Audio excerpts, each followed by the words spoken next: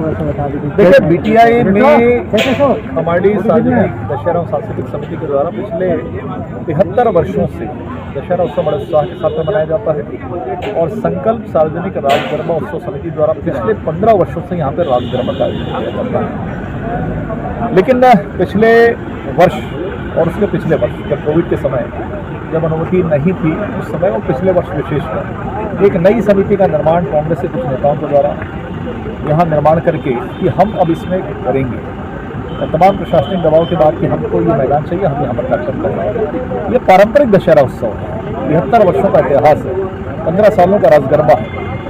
भारतीय समाज के या हिंदुस्तान के जो धार्मिक आयोजन होते हैं वो पार्टी वाइज नहीं होते हैं, उसमें सब लोग समाहित होते हैं, सब हिंदू समाज के लोग उस कार्यक्रम में शामिल होते हैं। लेकिन यहाँ पर एक व्यवधान पैदा करने का काम एक नई समिति ने किया। पिछले वर्ष भी हमने संघर्ष किया, आंदोलन हुआ, चक्का जाम हुआ, तमाम प्रकार के विषय पर जाकर कुछ एक झगड़ा निकला आता। इस बार भी हमारी मांग थी क्योंकि हम 40 से 50 हज़ार लोग आते हैं, पूरा मैदान हमको चाहिए, हम एक व्यवस्थित दशहरा उत्सव करते हैं, राज गरबा करते हैं, प्रशासन मूक दर्शक अंतर रहता है। आज एक अंतिम स्थिति आई कि आधा करें। हम हर परिस्थिति में सर्वमान्य हल निकलता उसके लिए तैयार हैं, लेकिन कोई दबाव बना के शासन का कि हम ही करेंगे ये हम बर्दाश्त नहीं करेंगे, इसका आंदोलन चलेगा। वही प्रक्रिया चल रही है। दुख का विषय है, माता जी का कार्यक्रम है, 4 दिन बाद दशहरा उत्सव करना है, लेकिन प्रशासन उसका हल नहीं निकाल पा रहा है। एक नई समिति जो अवैध कब्जा करने की कोशिश कर रही है उसको हटाने से पीछे हट रही है, क्योंकि उम्मीद करते हैं प्रशासन से कम धार्मिक सामाजिक कामों में इस तरह का व्यवधान कार्यक्रम का ये जो अवैध कब्जा ना विपक्ष के द्वारा जब किया गया है ना, ये प्रशासन का आदेश आया हुआ है कि अवैध कब्जा को हटाया जाएगा। इसी के तहत यहाँ पुलिस लगी हुई है, लेकिन शर्म की बात यह है कि वो स्वयं हिंदू है और पिछले 73 सालों से यहाँ जो दशहरा का पर्व हो रहा है ना, और अचानक भाना कोई दूसरी पार्टी यहाँ आकर वहाँ कब्जा करने का प्रयास कर रहे, वो स्वयं हिंदू है और हिंदू के कार्यक्रम को खंडित करने का प्रयास कर रहे हैं। इससे बड़ा शर्मनाक तो शायद कोई होगा नहीं। इतनी बड़ी बातें जो हैं है ना, और हमारा जो कलेक्टर साहब से बातें चल रही है और यहाँ दुर्गा का आयोजन और दशहरे का आयोजन जो परंपरा जो चली जा रही है वो होकर उसी की तैयारी है। और जो अवैध कब्जा है वो हमारे पूरे बस्ती खमाड़ी वाले बस्ती और दशहरे समिति और दुर्गा समिति के जो सदस्य सब यहाँ हुए हैं और प्रशासन पर दबाव बनाकर बराबर को हटाने का प्रयास करें, पूरा हटेगा तब यहाँ से हम हटेंगे, अन्यथा यहाँ हमारा डेरा रहेगा। चाहे रात दिन बैठे हम यहाँ बैठेंगे, जब तक हमें न्याय नहीं मिलेगा हम यहाँ से नहीं जाएंगे। अभी पुलिस प्रशासन लगी हुई है और पुलिस प्रशासन खड़ा होकर गलत के खिलाफ कार्रवाई कर रही है और वो पूरा जितने चारों तरफ जो अवैध कब्जा है उनको हटाने का पूरा मुहिम चला दिया और हट रहा है वो प्रशासन के दबंगे दिखाकर जो कब्जा जो किया था। ऐसा जनता के सामने प्रशासन के दबाव नहीं चलेगा। पूरा खमाड़ी एक तरफ है और वो एक तरफ है, अच्छे दूसरे जो है वो एक तरफ, खमाड़ी एक तरफ है। अभी पूरी बस्ती यहाँ इकट्ठा हुआ था और विरोध करके गए हैं, अभी है बहुत लोग रुके हुए हैं और जब तक हमारा तो कार्यक्रम होगा ये तो शुरू से बता रहा हूँ। इसका जो निर्माण कैसे हुआ, पुरुषोत्तम लाल रिगरे जी थे जो एमपीवी में उस समय एमपीवी था, तो वहाँ मीटर रीडर थे। उन्होंने दशहरा समिति का निर्माण किया और अब उनके साथ हमारे भैया जी बताए अभी बघेल साहू जी और नीलकंठ मंडल, समालिया सिंह दाऊ जी, ये सब बुजुर्ग लोग मिलके मना शुरू किए। और इसमें अभी भी मेरे काका जी अभी जीवित हैं, वो उस दशहरा समिति में वो मंडली चलाते थे रामलीला का, उसमें वो व्यास का रोल करते थे, व्यास जी का रोल करते थे। वो अभी भी जिंदा है, वो आए थे यहाँ पर।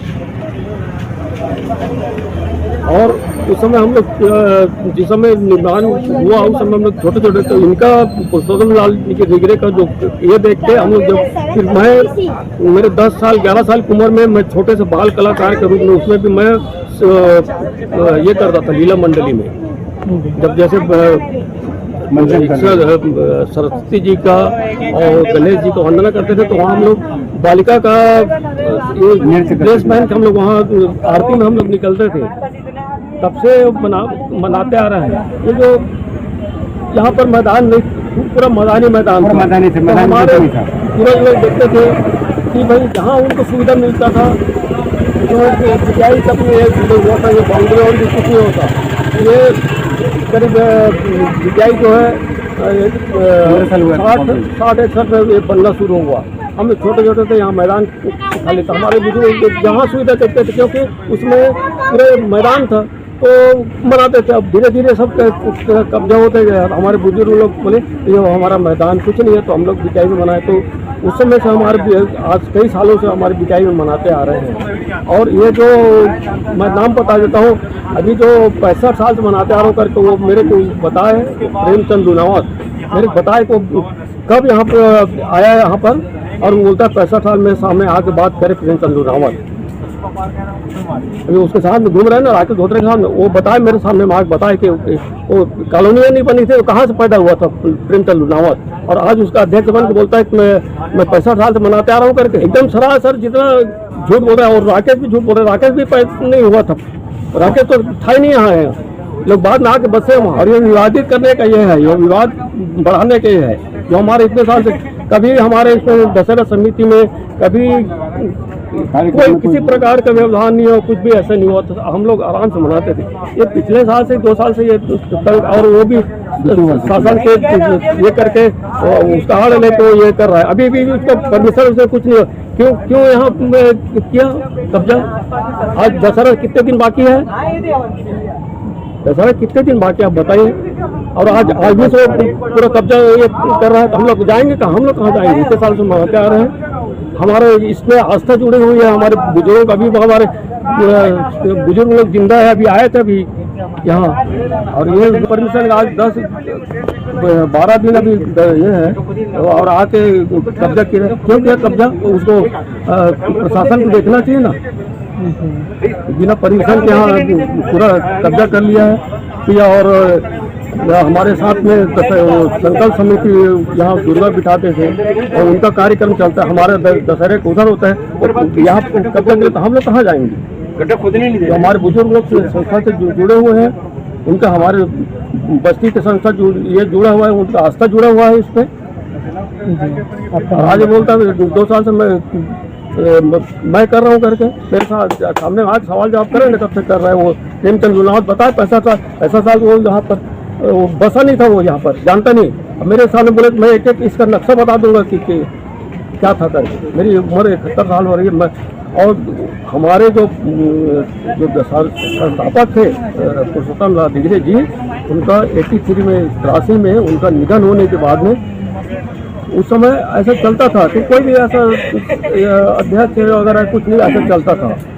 तो 83 में उनका निधन होने के बाद में हमने समिति हमने अपने लल्लू भैया, स्वर्गीय लल्लू भैया जी को हमने अध्यक्ष मान लिया। और हम लोग सब उसके कार्यकर्ता के रूप में हम लोग लल्लू भैया के साथ में हम लोग कार्य करते थे। लल्लू भैया का निधन 15 में नवंबर 15 में उनका निधन हो गया। उसके बाद में फिर सर समिति से मुझे अध्यक्ष बनाया गया और तब से और मैं उनके साथ में कोषाध्यक्ष के रूप में और उपाध्यक्ष के रूप में मैं उनके साथ लल्लू भैया के साथ में शुरू से जुड़ा था और अभी भी जुड़ा हुआ हूँ।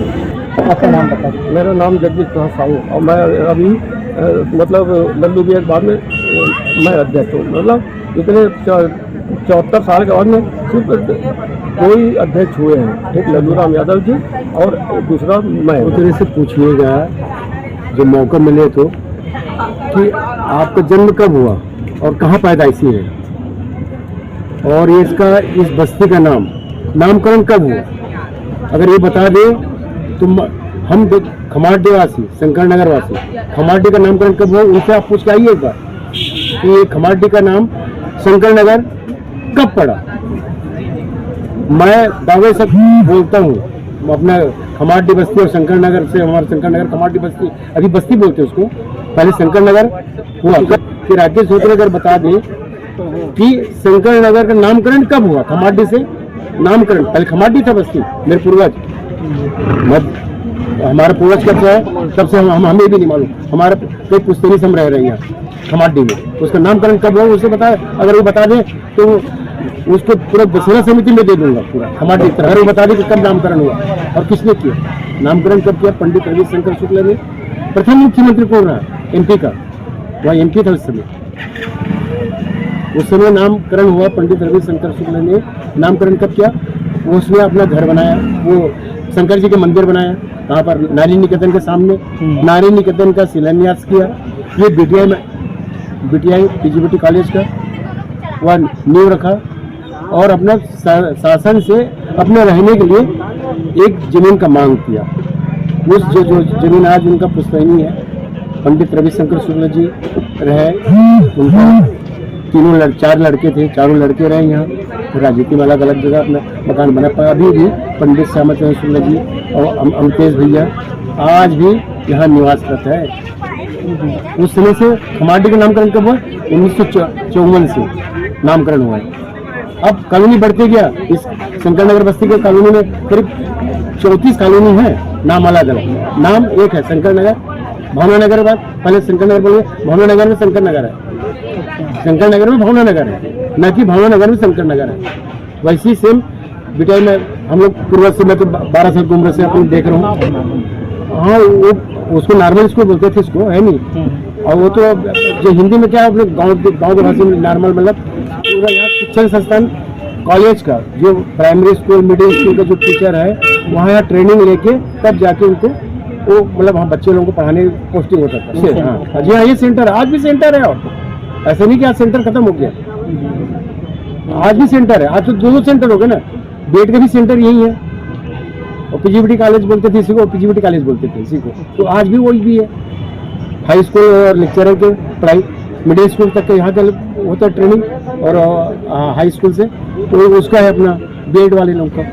ये है, ये सब उनको जानकारी है कि मैं बचपन से 12 साल की उम्र से देख रहा हूँ। 15 साल से मैं 15 साल की उम्र मेरा, आज मेरा 63वां साल चल रहा है मेरा उम्र। आज मेरा 63वां साल उम्र चल रहा है। मैं 12 साल से देख रहा था और 15वां साल से मैं समिति से छोटा मोटा एक गड्ढा खोदो रे, बांस बल्ली गड़ा और वो काम कर रहे हैं हम। यहाँ तो दो जगह से मनाते हैं सब। वो इलाटेड जमीन था, खाली जमीन था यहाँ, तो यहाँ से खमाडी से तेली बांधा दिखता था, राजा तालाब दिखता था, पंडरी दिखता था, और वो कॉलोनी बन गई। तो कॉलोनी में तो अभी तो अपने घर से दूसरे घर नहीं दिखता नहीं। तो ये जब से बना रहा हूँ, ये फालतू में विवाद कर रहा है कि मेरे को नाम मेरे को जाने। और ये राठौर साहब के सामने और साहू साहब कलेक्टर, अपर कलेक्टर के सामने क्या बोलते हैं ये कि ये धोत्रे परिवार इसको अकेला मनाता है। यह कितना बड़ा विरोधाभास है कि आज तक अकेला में केवल यहाँ अपने छत्तीसगढ़ में केवल अकेला दंतेवाड़ा जगदलपुर का राजा में ही रावण धन करता है। ऐसे मुझे थोड़ा सा नॉलेज है, हो सकता है मैं गलत हूँ, पर ऐसा मेरे को लगता है कि ये 2 कार्यक्रम कराता था राजा अपने छत्तीसगढ़ में, बाकी तो और कहीं कराते उसको। और दूसरा है एक मैसूर सुने थे, मैसूर का राजा, वो रावण में कुछ ऐसे कार्यक्रम अकेला कराता था। भंजदेव, राजा भंजदेव, तो भैया बताया कि राजा भंजदेव है वो जैसेला, वो पूरा कार्यक्रम कराता था क्योंकि वो राजा है, उनके पास तो पूरा प्रजा तो नहीं था उस समय, तो राजा महाराजा चलता था। अभी तो शासन प्रशासन चालू हुआ। गुलामी के पहले सब गुलामी थे, गुलामी पे उस समय सभी राजा थे, छोटे छोटे कस्बों में बसा हुआ था। प्रशासन से क्या मांग? नहीं, पुलिस प्रशासन हमारे शासन में मांगी कि जो हमारा जो मैदान है, जो हमारे खमाडी बस्ती है, जैसेला कार्यक्रम कराते हैं, उस जैसे कार्यक्रम में कोई विघ्न वादन हो, एक रावण जले, केवल खमाडी वाला। यदि हमारा खमाडी समिति अगर भंग हो जाता तो कोई अदर आ जाए तो उसमें कोई आपत्ति नहीं है। हमारा समिति भंग ही नहीं हुआ है। हमारा आज भी हम लोग रामलीला मंचन कराते, बीते वर्ष कराया ये रावण ऐसे विवाद करके, बिना राम लक्ष्मण बने ऐसी एक माचिस मार दिए और रावण को जला दिए। यह होता है क्या? परंपरा के विरुद्ध। विगत 73 वर्षों से यहाँ पर सारे लोगों की भावनाओं को जोड़ते हुए बड़ी आनंद से यहाँ पर रावण दहन किया जाता है और बीसीओ कॉलोनी के लोग इसमें शामिल होते हैं। 50,000 लोग उपस्थित होते हैं और ये क्रम हमारा करीब 73 वर्षों से अनवरत चला आ रहा है। लेकिन इस बीच में ये राकेश धोत्रे विवाद पैदा करने के लिए जो सारी खमाडी के आसपास अवैध निर्माण कर लिया है, पीडब्ल्यूडी का ब्रिज को भी चोरी करके रखा हुआ है।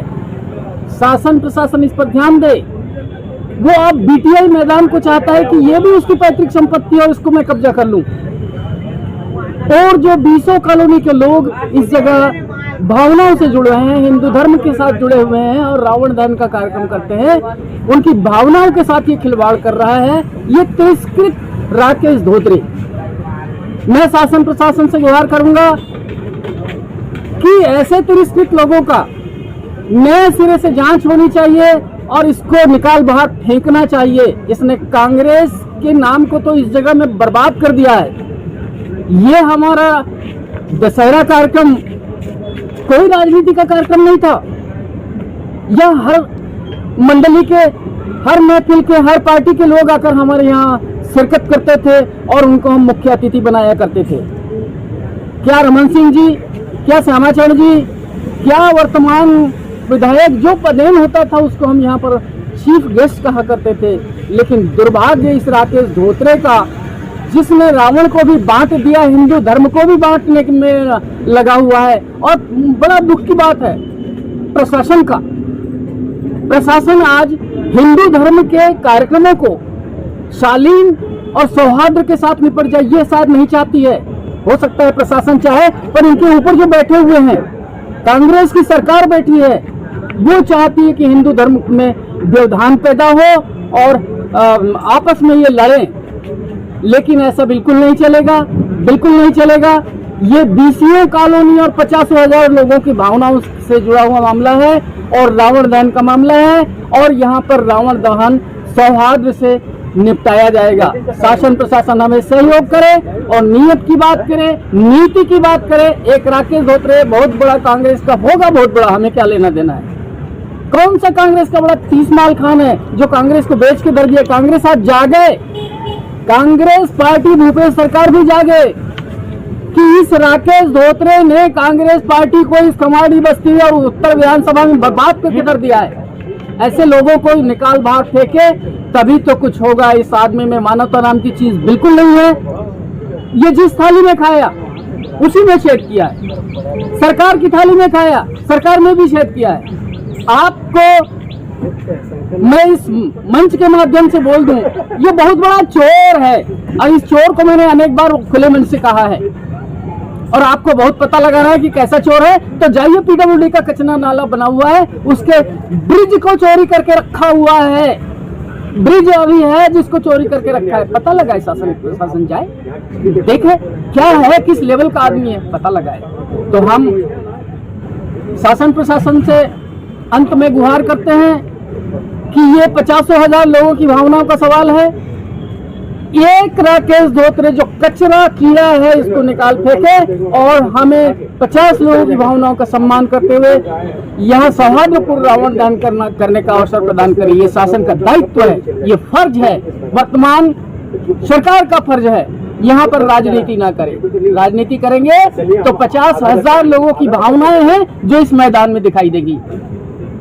तो इतना ही कहकर मैं इस मंच के माध्यम से भूपेश सरकार से, यहाँ के वर्तमान कलेक्टर महोदय से निवेदन करता हूँ कि 50,000 की भावनाओं को ताक में रखकर एक अकेले राकेश धोत्रे जो कि डिफेक्टेड व्यक्ति है, जो हर जगह अनावश्यक कब्जा करता आया है, अतिक्रमण करता आया है, ऐसे लोगों को निकाल फेंके और इन पर सख्त कार्रवाई करे।